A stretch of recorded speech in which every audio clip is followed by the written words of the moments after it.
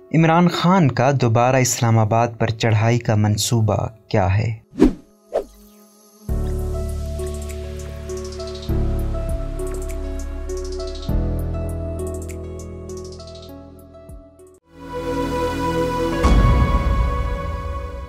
Senior सहाफ़ी और तज्ज़ियाकार नुसरत जावेद ने कहा है कि इमरान खान ज़िमनी इंतख़ाबात में अपनी अवामी मकबूलियत साबित करने के बावजूद अपने सियासी मुखालफिन के साथ बज़रिया संजीदा मुज़ाकरात मुल्की बहरान का हल तलाश करने को आमादा नज़र नहीं आ रहे और इनकी सुई फिलफौर नए इंतख़ाबात पर ही अटकी हुई है। उनका कहना है कि ज़िमनी इलेक्शन में 20 में से 15 सीटें जीतने के बावजूद इमरान खान ने इलेक्शन कमिश्नर पर धांधली के इल्ज़ाम आयद कर दिए हैं और इनके इस्तीफ़े का मुतालबा कर दिया है। ऐसे में ये बात आया है कि अगर इनके मुतालबात सर झुकाकर तस्लीम ना किए गए तो पंजाब में तहरीक इंसाफ की हिमायत से चौधरी परवेज़ इलाही की हुकूमत के क़याम के बाद इस्लामाबाद पर एक बार फिर लॉन्ग मार्च की सूरत हमलावर होंगे और शहबाज हुकूमत को घुटने टेकने पर मजबूर करने की कोशिश करेंगे। अपने ताज़ा सियासी तज्ज़िये में नुसरत जावेद कहते हैं कि इमरान खान ने पिछली मरतबा भी अगस्त में ही इस्लामाबाद पर यलगार की थी, लेकिन अब की बार उनका अवामी हुजूम फ़कत खैबर पख्तूनख्वा ही से इस्लामाबाद में दाखिल नहीं होगा, बल्कि पंजाब से भी भारी तादाद में लोगों को शहर इक़्तिदार पहुंचाया जाएगा ताकि शहबाज शरीफ हुकूमत को घुटने टेकने पर मजबूर किया जा सके।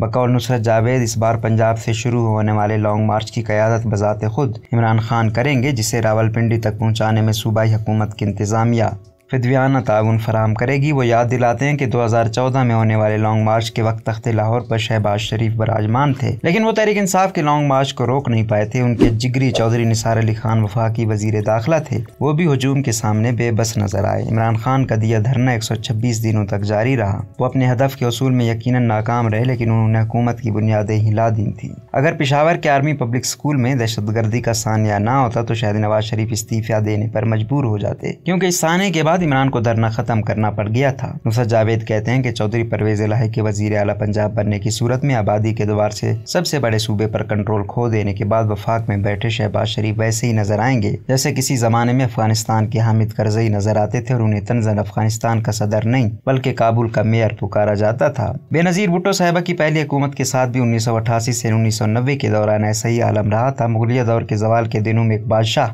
शाह आलम के नाम से नमूदार हुआ था। उसकी हुक्मरानी अज़दली पालम तस्वुर होती थी। मुझे हरगिज खबर नहीं कि शहबाज शरीफ अपने बारे में वैसी तारीख दोहराना चाह रहे हैं या नहीं। नुसरत का कहना है कि उनके ज्यादातर दोस्त वजीद हैं कि अगर शहबाज शरीफ ने मौजूदा हालात में हाथ खड़े कर दिए तो पाकिस्तान को दिवालिया होने से रोकना नामुमकिन ना सही इंतहाई दुश्वार यकीनन हो जाएगा। उन्हें यह भी गिला था कि मुझ जैसा नाम निहाद पढ़ा लिखा शख्स अवाम को दिवालिया होने के वाकिब से कमायका अंदाज में आगाह नहीं कर रहा। पंजाब के ज़िमनी इंतखाब के नताइज का ऐलान हो गया तो इसके ऐन एक रोज़ बाद पाकिस्तानी रुपए की कदर अमरीकी डॉलर के मुकाबले में एकदम रिकॉर्ड बनाते अंदाज में टके टोकरी हो गई। स्टॉक एक्सचेंज भी बिलबिला उठाए। अपने दिफा में याद दिलाने को मजबूर हुआ कि हमारे बरक्स भारत में मोदी सरकार सियासी एतबार से मुस्तहकम है, हमारे हमसाये का सियासी इस्तेकाम, मगर भारतीय रुपए की कदर अमेरिकी डॉलर के मुकाबले में मुसलसल गिरने से रोक नहीं पा रहा। पाकिस्तानी रुपए की गिरावट रोकना फिलहाल मेरी दानिश में मुमकिन नजर नहीं आ रहा, क्योंकि ये असबाब हमारे कंट्रोल में नहीं, मगर आम पाकिस्तानी अपनी हुकूमत ही को इसका जिम्मेदार ठहराएगा। इमरान खान जिन दिनों हमारे वजीर आजम थे तो पाकिस्तानी रुपए की गिरावट उनके जिम्मे डाली जाती थी, इसलिए शहबाज शरीफ को इनके बरक्स बरी जिम्मा ठहराया नहीं जा सकता।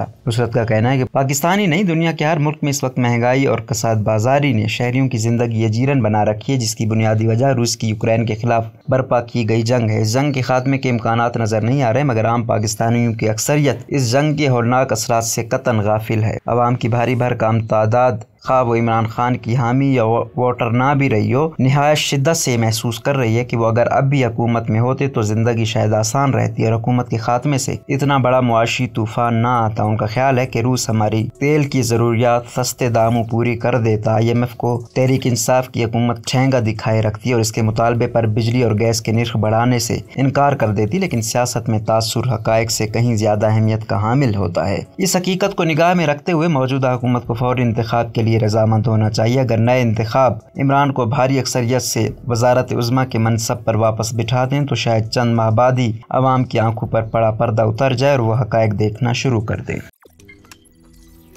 रोजनामा कुदरत की वीडियो देखने के लिए अभी YouTube चैनल पर सब्सक्राइब करें और बेल आइकन पर भी क्लिक करें।